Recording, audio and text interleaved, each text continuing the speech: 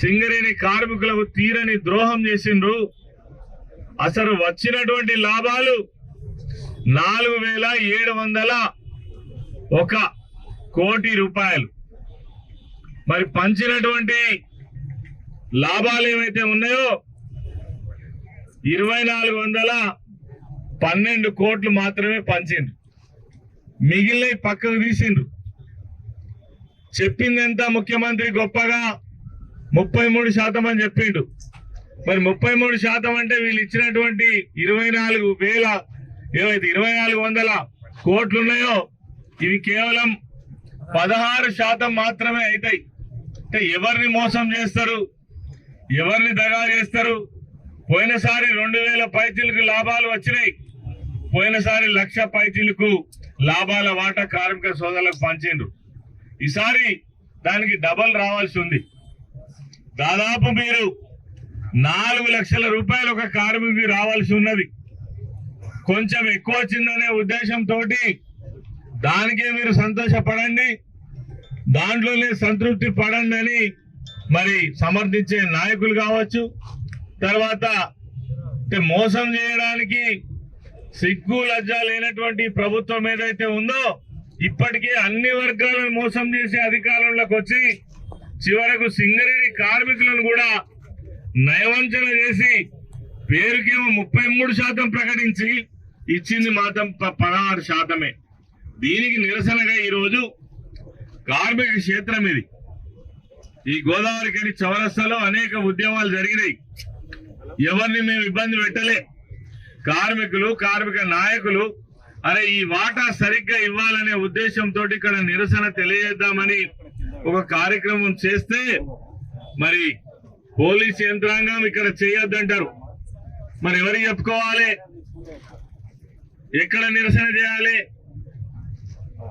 అంటే ప్రభుత్వం కనీసం నిరసన చెప్పడానికి కూడా అనుమతించేటువంటి పరిస్థితి లేదు. నిజంగానే మరి కార్మికులకు కష్టం వచ్చినప్పుడు అనేక హక్కులు ఉన్నాయి వాళ్లకు.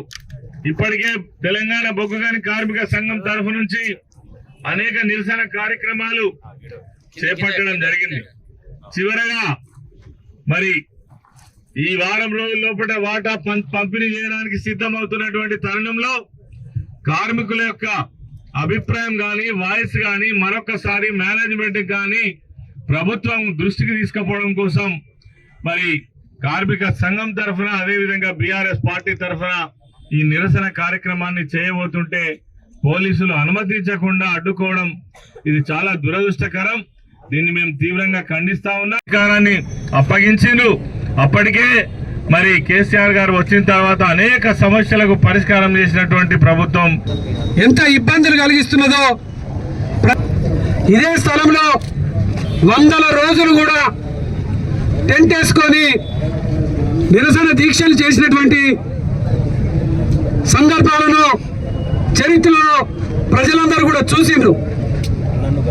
ఈరోజు సింగరేణి కార్మికులకు నష్టం జరుగుతున్నది. లాభాల వాటాలలో 33% నికర లాభంలో ఇవ్వాలని డిమాండ్ చేస్తూ ఈరోజు బీఆర్ఎస్ పార్టీ కొప్పలీశ్వరన్ గారి ఆధ్వర్యంలో చేస్తూ ఉంటే కనీసం ఇక్కడ టెంట్ను వేసుకోలేరు అని అంటే వీళ్ళు ఎంత దౌర్జన్యం చేస్తున్నారో వీళ్ళ ప్రజలు అర్థం చేసుకోవాలి. ఉద్యమకారులను అనగదొక్కాలని చూస్తే తప్పకుండా తగిన బుద్ధి గుణపాఠం ప్రజలు చెప్తారని హెచ్చరిక చేస్తూ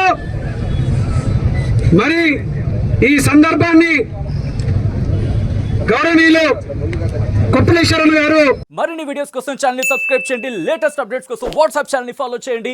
అండ్ లింక్ డిస్క్రిప్షన్ లో ఉంది.